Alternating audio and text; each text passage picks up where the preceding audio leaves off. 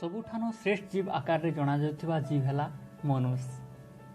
आ समय एंता हैला न जे मनुष्य चाहेसी तार जंजाल जीवन टिके बाहर कि ना शांति ने सांस नवा लगी।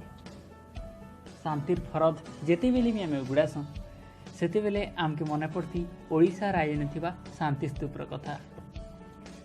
इ शांति स्तूप ओडिशार राजधानी भुवनेश्वर नो दक्षिण दिख के गले भेट पाइमा धौली पहाड़ आउ ताहार उपरे विराजमान है इ बौद्ध धर्म शांति स्तूप।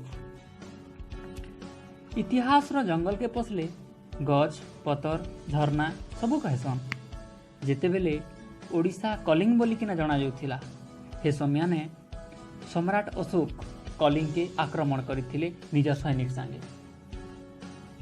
आउ युद्ध होइथिला दया नदी खणी ने धन भी गला आउ जन भी गला। कलिंग राजा हारी गले। दया नदी आउ पानी नी बहला रकत। तार परे परे चंडाशोक बदली किना धर्माशोक ही जायसन लागी पड़सन बौद्ध धर्मर प्रचार ने।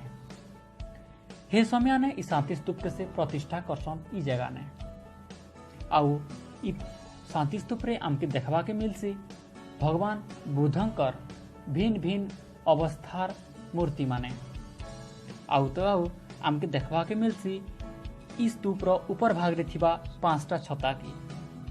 से 5टा छता जेनटा कि बौद्ध धर्मर 5टा घटनार प्रतीक है। तार संगे संगे आम देखसु अशोक स्तंभ। प्रकृति रानी के आमे जदि उदाहरण टे मागसु शांति जगार से कहसी इ जगार ना।